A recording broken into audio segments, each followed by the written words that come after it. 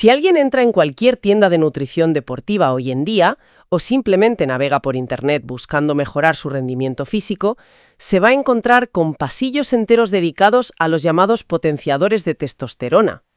Sí, los famosos botes negros. Exacto. Botes negros, letras rojas y doradas, rayos dibujados por todas partes. Nombres súper agresivos que prometen literalmente desatar a una bestia interior. Totalmente. Y claro, el cerebro humano ve eso y asume que si se comercializa con tanta agresividad, tiene que producir un cambio radical en el cuerpo. Pues, a ver, la cruda realidad biológica es que el 95% de esos suplementos tienen el mismo impacto en el sistema endocrino que beberse un vaso de agua del grifo. Es que es un escaparate diseñado puramente para apelar a la emoción, no a la fisiología. A la gente le encanta la idea de que la vitalidad, la fuerza o la juventud se pueden embotellar y comprar por unos pocos euros.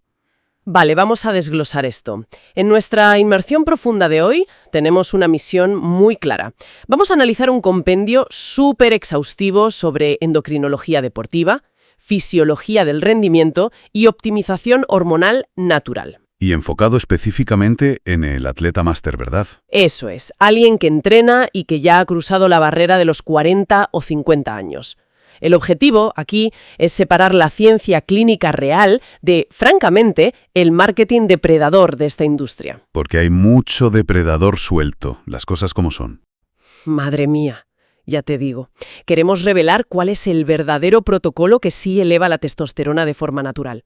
Y como presentadora, me entusiasma descubrir que, aunque casi todo lo que se vende es puro humo, la verdad fisiológica de nuestro propio cuerpo es muchísimo más fascinante. 100%. Pero, a ver, para construir un protocolo sólido que funcione, primero hay que demoler los mitos. Adelante con la demolición. El error conceptual más grave aquí es tratar la testosterona como si fuera un depósito de líquido en un coche, que simplemente se puede rellenar vertiendo unos polvos mágicos desde fuera. Ya, como si fuera un embudo. Exacto. El sistema endocrino no funciona así. Es una red de retroalimentación hipersensible. Pues empecemos por esa lista negra de sustancias famosas porque gozan de un estatus legendario, pero fisiológicamente no aportan casi nada. Por ejemplo, el Tribulus terrestris. Quien haya pisado un gimnasio alguna vez ha oído hablar de él, seguro. El Tribulus. Es un caso de estudio monumental sobre cómo un mito sobrevive a costa de la ignorancia general. Ostras, tan inútiles. A ver, los ensayos clínicos controlados con placebo en hombres sanos son clarísimos. Su impacto en la producción total de testosterona es prácticamente nulo. 0. No hay alteración en el eje hormonal. Y algo muy parecido ocurre con la maca peruana. Ah, la maca. El engaño con la maca me parece muy sutil. Porque, a ver, la maca sí que mejora la libido. Es un efecto real a nivel perceptivo. Sí, el deseo sexual aumenta, eso es innegable, claro. Y eso hace que quien la consume sienta ese aumento de deseo. Y por asociación directa crea que su testosterona se ha disparado por las nubes. Pero luego miras los análisis de sangre post-suplementación y la hormona no se mueve ni un solo milímetro. Es una sensación neurológica, no un cambio endocrino. Y luego está el famoso ZMA, esa mezcla de zinc y magnesio. Los datos de las fuentes indican que solo tiene un efecto positivo si ya existe una deficiencia mineral previa en el organismo del atleta. Eso es fundamental. Darle dosis masivas de zinc a un cuerpo que ya tiene sus niveles óptimos no genera ningún superpoder hormonal. El cuerpo simplemente lo excreta y punto. Estás tirando el dinero, básicamente. Todo este panorama me hace pensar en una analogía muy visual. A ver, cuenta.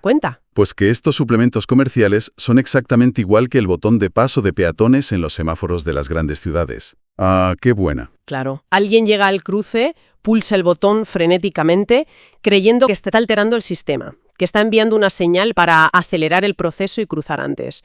Se tiene esa ilusión de control. Sí, te sientes al mando de la situación. Pero, en realidad, ese botón suele estar totalmente desconectado de la red principal. Es un efecto placebo puro, diseñado para calmar la ansiedad del peatón.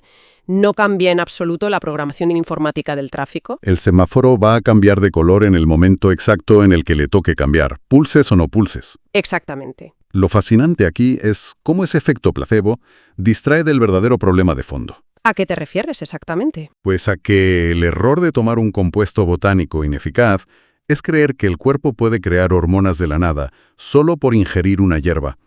La testosterona se sintetiza a través de un proceso biológico súper complejo. Requiere materias primas reales y señales nerviosas específicas.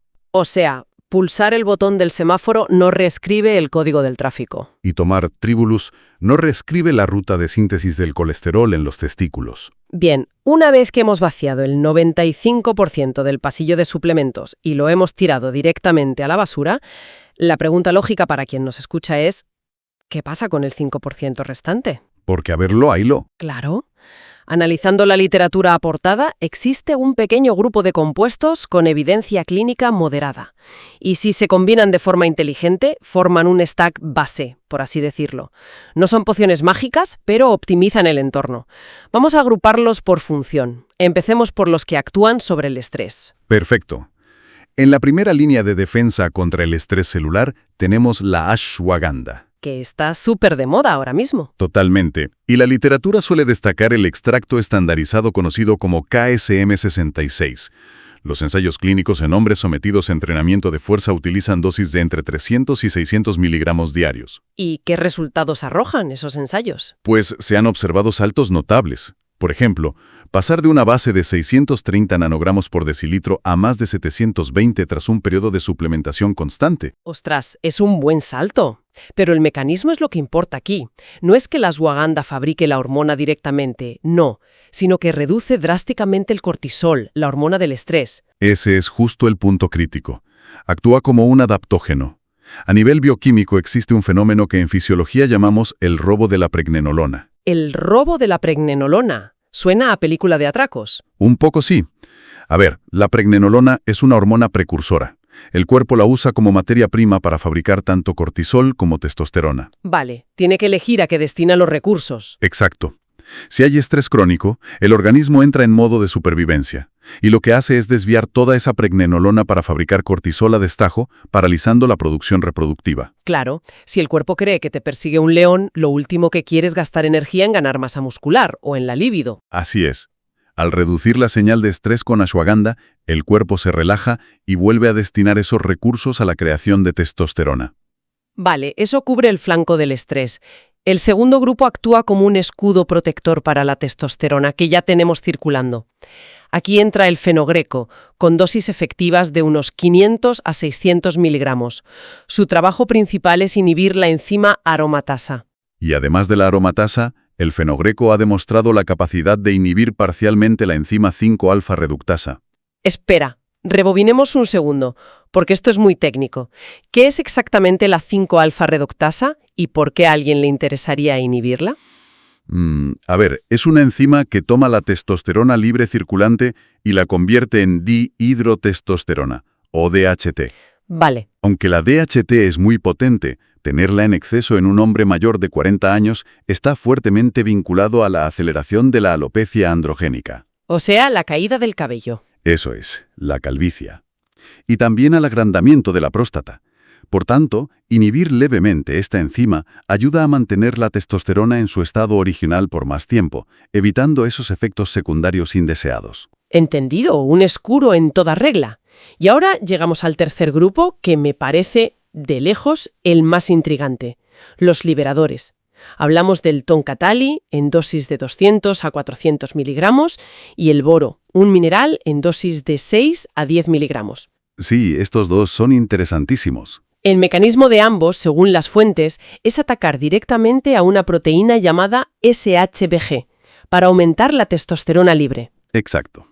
SHBG significa globulina fijadora de hormonas sexuales. ¿Y cómo visualizamos esto para que se entienda fácil? La mejor manera de visualizar cómo funciona esta proteína es imaginar la testosterona en el torrente sanguíneo como pasajeros de un autobús. Vale, me gusta. Los pasajeros son la hormona. Y el autobús en sí es la SHBG. Mientras esos pasajeros estén sentados dentro del vehículo, no pueden salir a trabajar. Claro, están encerrados. Eso es. No pueden entrar en las células musculares para generar hipertrofia, ni llegar al cerebro para mejorar el estado de ánimo o potenciar la libido. Están, digamos, atrapados en tránsito. Entonces, lo que hacen el boro y el toncatali es, básicamente, obligar a esos pasajeros a bajarse del autobús a patadas. reducen la cantidad de SHBG, lo que deja a la hormona suelta, libre y lista para actuar. Esa es exactamente la mecánica. El número de testosterona total en una analítica de sangre puede mostrar un aumento modesto, pero al reducir la SHBG, la cantidad de testosterona libre, que es la biológicamente activa, da un salto cualitativo enorme. ¡Qué maravilla de mecanismo! Y bueno, completando este stack base, las fuentes también mencionan el Shilajit purificado. Sí, específicamente la patente Prima Vie. En rangos de 250 a 500 miligramos que aporta ácido fúlvico para potenciar la función de las mitocondrias, la fábrica de energía celular y, por supuesto, corregir cualquier deficiencia subyacente de vitamina D3. Muy importante lo de la D3, añadiendo entre 2.000 y 4.000 unidades internacionales diarias si los niveles en sangre son bajos. Es un conjunto muy metódico. Pero, a ver, tengo que hacer de abogada del diablo por un momento, basándonos en las cifras reales de este análisis a fondo. Dispara. Las expectativas documentadas en la literatura médica sugieren que con todo este protocolo de suplementación perfecto, el aumento real suele rondar entre un 10 y un 20% como máximo. Alguien podría pasar, no sé, de 500 a 550 o 600 nanogramos por decilitro. Sí, esos son los números realistas. Pues si alguien invierte tiempo, esfuerzo y bastante dinero en este stack y solo consigue ese margen, ¿no suena un poco decepcionante para quien busca transformar por completo su físico? Quiero decir, no es ni de lejos comparable a los números de una TRT, una terapia de reemplazo de testosterona médica. Claro, a ver, si se evalúa desde una óptica puramente farmacológica, ese 20% puede parecer poco. Es que suena a poco. Pero el objetivo de la optimización natural no es inyectar hormonas sintéticas para alcanzar niveles suprafisiológicos, asumiendo todos los riesgos cardiovasculares que eso conlleva, que son muchos. Ya, los efectos secundarios de la TRT no son ninguna broma. Exacto. El objetivo es restaurar la máxima capacidad del propio organismo, y ese 20% de incremento, cuando se trata predominantemente de testosterona libre disponible para los tejidos, produce un cambio verdaderamente sustancial en la recuperación y en la energía del día a día. Vale, y aquí es donde se pone realmente interesante, porque si los suplementos, incluso sacando a todos esos pasajeros del autobús y bajando el cortisol, solo representan ese empujón final del 10 o 20%, ¿qué es lo que explica los cambios físicos masivos y la vitalidad brutal que consiguen algunos atletas mayores de 40 años? Esa es la pregunta del millón. El análisis fisiológico revela que la respuesta no está en el bote de pastillas, sino en la base de la pirámide, en los 4 ejes hormonales y el combustible nutricional. Para dejar atrás la analogía del coche, pensemos en el cuerpo humano como una fábrica metalúrgica de altísima precisión. Me encanta esta analogía. Sigue. Los suplementos que acabamos de ver serían como unos consultores de eficiencia supercaros que uno contrata para organizar mejor los turnos de los trabajadores y apagar los pequeños incendios diarios. Hacen que la fábrica rinda un 15% más. Exacto. Pero la nutrición, los macronutrientes, esos son las toneladas de acero crudo y el carbón que entran por la puerta trasera. Si no hay acero, los consultores no tienen nada con lo que trabajar. La fábrica se detiene por completo. Es una conceptualización excelente. Porque todo este sistema depende de 4 ejes que deben operar en absoluta sincronía para que haya acero. ¿Cuáles son esos 4 ejes para quien nos escucha? Primero, el eje hipotálamo-hipófisis-testículo, que es el centro de mando y la cadena de montaje principal. Segundo, los niveles de SHBG, que como vimos determinan cuánta producción sale realmente al mercado. Los autobuses. Eso es. Tercero, el eje del cortisol, que funciona como una alarma de incendios constante en la fábrica. Y cuarto, el estado metabólico general, gobernado por la insulina y el porcentaje de grasa corporal. Madre mía, es un sistema hiperconectado. Y el acero crudo indispensable para esa fábrica a nivel bioquímico, ¿sabes cuál es? ¿El colesterol? Exactamente, el colesterol. Y ese es un punto que choca frontalmente con décadas de dietas extremas de la cultura del fitness clásico. Totalmente. Se ha demonizado muchísimo. Es que la testosterona es por definición una hormona esteroidea. Y todas las hormonas esteroideas derivan estructuralmente de la molécula de colesterol. Los metaanálisis recientes dejan clarísimo que las dietas crónicamente bajas en grasa restringen severamente la testosterona porque, literalmente, cortan el suministro de la materia prima. Cortan el suministro de acero a la fábrica. Tal cual. Los rangos nutricionales propuestos para mantener el entorno hormonal encendido se sitúan entre 0,8 y 1 gramo de grasa dietética por kilo de peso corporal al día. Y no cualquier grasa, claro. No. Se trata de priorizar fuentes ricas y densas. Aceite de oliva virgen extra, yemas de huevo, pescado azul rico en omega 3, frutos secos, aguacate. Restringir excesivamente esos lípidos equivale a cerrar la fábrica por falta de suministros, así de simple. Pero ojo, el suministro de material de construcción muscular también importa muchísimo. La proteína, supongo. Claro. En un atleta máster, la demanda de proteína para la reparación de tejidos y el mantenimiento de la sensibilidad a la insulina exige entre 1,8 y 2,5 gramos por kilo de peso diarios. Tantas. Sí, porque a medida que el cuerpo envejece, se vuelve ligeramente resistente a la síntesis proteica, lo que llamamos resistencia anabólica, por lo que necesita un estímulo mayor de aminoácidos en cada comida. Vale. Y luego está el eterno debate de los carbohidratos, a menudo demonizados por las dietas cetogénicas o hiperrestrictivas. Ese es otro gran mito. Fisiológicamente, las fuentes indican que los carbohidratos estratégicos, ingeridos especialmente en la ventana temporal alrededor de los entrenamientos intensos, actúan como un auténtico cortafuegos contra el cortisol. Si conectamos esto con el panorama general, cobra todo el sentido evolutivo del mundo. Piénsalo. Cuando un organismo se somete a un estrés físico severo, como levantar cargas pesadas durante 1 hora. Sí. Y encima las reservas de glucógeno hepático y muscular están vacías por falta de carbohidratos, el cerebro primitivo percibe una amenaza inminente de inanición o de peligro mortal. Piensa que nos vamos a morir de hambre en mitad de la caza. Exacto. Entonces dispara las alarmas de cortisol a niveles tóxicos. Y como mencionamos antes con el robo de la pregnenolona, el cuerpo paraliza la función reproductiva y anabólica de golpe para centrarse en la supervivencia pura. O sea, aportar carbohidratos en torno al esfuerzo físico apaga esa alarma de pánico en el cerebro. Totalmente. Le dice al cerebro, oye, hay comida, hay energía, relájate y sigue fabricando testosterona. Bien. Tenemos las toneladas de acero crudo gracias a la ingesta correcta de grasas. Tenemos a los consultores de eficiencia optimizando los procesos gracias al stack de suplementos. Pero una fábrica necesita órdenes de producción. Falta la chispa. Faltan los contratos, el estímulo que le comunique al cerebro, oye, necesitamos que la cadena de montaje funcione a máxima capacidad. Y aquí entramos en el terreno del entrenamiento, la composición corporal y el descanso profundo. El pilar mecánico. El estímulo mecánico por excelencia, según los datos, es el entrenamiento de fuerza pesado y multiarticular. No valen las rutinas de máquinas cómodas sentados mirando el móvil entre series. No, desde luego que no. Hablamos de generar tensión mecánica real a través de sentadillas, peso muerto, dominadas y preses pesados. Tienen que ser movimientos que demanden una activación simultánea de grandes cadenas musculares. El sistema nervioso central necesita percibir una carga estructural masiva, casi como una amenaza al esqueleto. ¿Para qué? Para forzar la adaptación. Exacto, para que el hipotálamo envíe la señal a la hipófisis de liberar hormona luteinizante, la cual viaja a los testículos para ordenar la hipertrofia y la síntesis hormonal. Un curl de bíceps aislado, por mucho que queme, no genera la magnitud de estrés sistémico necesaria para despertar esa respuesta. Sin embargo, aquí hay un giro argumental fascinante en la fisiología del rendimiento, y me dejó de piedra al leerlo. Existe un error tan extendido que se considera el asesino silencioso del atleta mayor de 40 años. ¿El exceso de volumen de entrenamiento? Ese mismo. Resulta que la mentalidad clásica de intentar imitar a los culturistas de élite de las revistas, haciendo innumerables series y entrenando hasta la absoluta extenuación 5 o 6 días a la semana, genera un estado de inflamación y cortisol crónicamente alto. Es un tiro en el pie, hormonalmente hablando.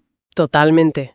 Los datos proponen un enfoque que parece contradictorio a simple vista. Limitar el entrenamiento a 3 o 4 sesiones semanales con apenas 6 a 10 series efectivas por grupo muscular a la semana. Entonces, ¿qué significa todo esto? A ver. Significa que la intuición humana básica nos engaña. Nuestra mente nos susurra que para estar más fuertes, para recuperar la vitalidad perdida, hay que machacarse en el gimnasio cada día hasta no poder arrastrarse. Pero la biología demuestra exactamente lo contrario. Menos estímulo, pero más intenso, seguido de más días de recuperación en el sofá o caminando, es la verdadera llave para empujar los niveles hormonales hacia arriba. Es la sutil pero profunda diferencia entre estimular el sistema nervioso y aniquilarlo por completo. La recuperación es donde ocurre la magia, donde ocurre la adaptación. Y este principio de que menos estrés crónico produce más hormona se conecta de forma súper directa con otro factor determinante: Cuéntanos. el porcentaje de grasa corporal. Reducir apenas 3 o 4 kilos de masa grasa pura puede elevar la testosterona de forma mucho más drástica que consumir el bote de suplementos más caro del mundo. Ostras, ¿tan potente ese objeto de bajar de peso? Una barbaridad.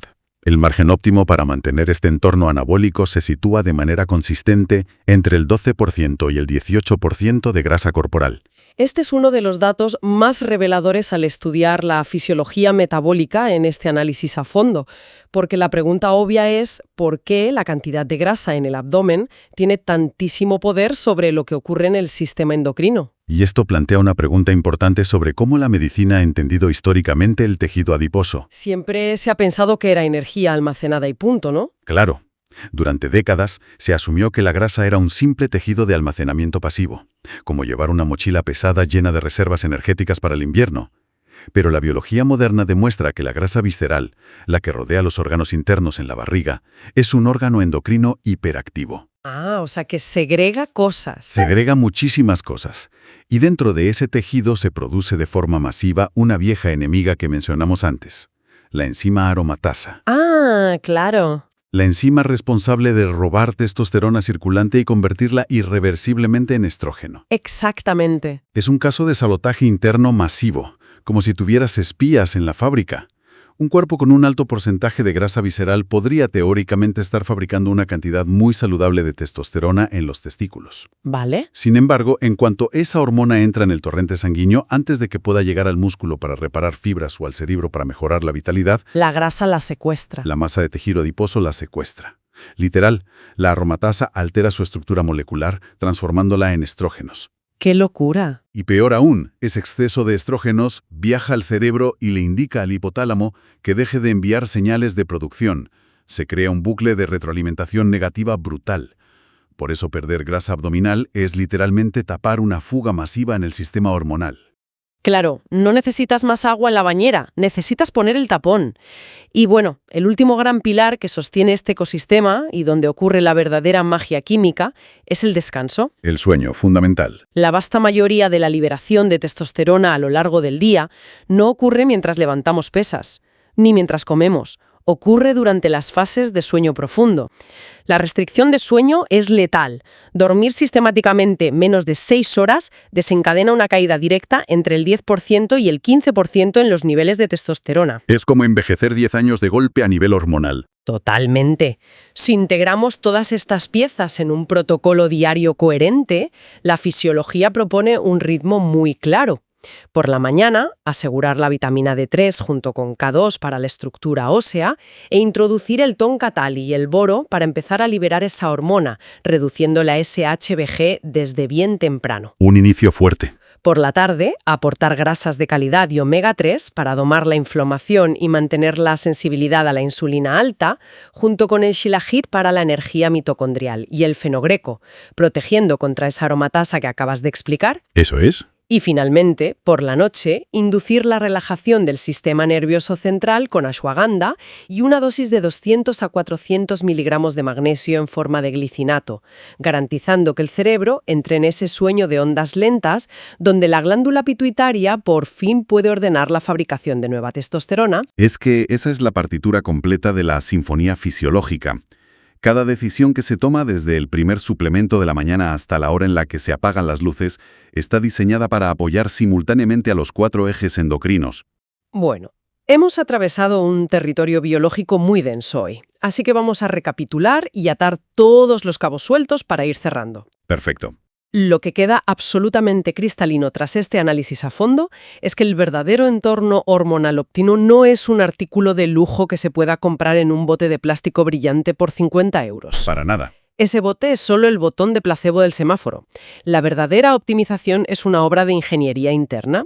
Requiere alinear la nutrición, asegurando la entrada del acero crudo, es decir, grasas y colesterol suficientes para fabricar la hormona. Fundamental. Exige aplicar el estímulo mecánico correcto a través de ejercicios multiarticulares pesados, solo 3 veces por semana, huyendo del error fatal del volumen excesivo para no ahogar el cuerpo en cortisol. Necesita un mantenimiento riguroso de la composición corporal, bajando del 18% de grasa para que la aromatasa visceral no secuestre el trabajo conseguido. Exacto, tapar la fuga. Obliga a blindar el descanso nocturno apoyado con magnesio. Y solo entonces, cuando la fábrica opera a la perfección, se añade a un grupo muy selecto de suplementos clínicamente respaldados, como la ashwagandha para mitigar el estrés residual o el tonkat ali y el boro para liberar a los pasajeros de la SHBG, consiguiendo ese empuje final del 10 al 20%. Es que es la demostración empírica de que la biología recompensa el rigor y castiga duramente los atajos ilusorios. Y fíjate, hay una reflexión final en la literatura analizada que redefine por completo el paradigma actual sobre la salud masculina. A ver. Un aspecto que no se suele debatir en absoluto en las consultas médicas estándar. Muchos de los niveles de testosterona que un laboratorio generalista clasifica como normales por estar dentro de una inmensa campana de Gauss estadística para hombres de cierta edad, Sí. podrían no ser en absoluto óptimos para preservar el rendimiento deportivo, la densidad muscular, la agudeza mental o la simple vitalidad de alguien que ha superado los 40 años. Claro, es equivalente a afirmar que un coche de alta gama que circula a 40 km por hora por la autopista está funcionando de forma normal simplemente porque el motor arranca y las ruedas giran. Exacto, no está roto. El motor no está roto, pero ese rendimiento no es óptimo para la máquina que fue diseñada. Y esto deja flotando una reflexión inmensa para quien nos escucha hoy. Muy importante. ¿Qué porcentaje de lo que la sociedad acepta dócilmente como envejecimiento normal, esa pérdida paulatina e inevitable de fuerza, de masa muscular, de líbido o de motivación vital, es en realidad la consecuencia directa de un estilo de vida moderno que asfixia lentamente nuestros propios sistemas hormonales? Es una gran pregunta. Secundarios, hay que comprender algo fundamental. El verdadero poder para reescribir nuestro propio código biológico y reactivar la fábrica reside en dominar las variables de nuestra propia fisiología. Al final, no se trata de intentar engañar a la naturaleza con un espejismo publicitario, sino de darle al cuerpo exactamente el entorno que necesita para que vuelva a hacer, sin impedimentos, lo que mejor sabe hacer: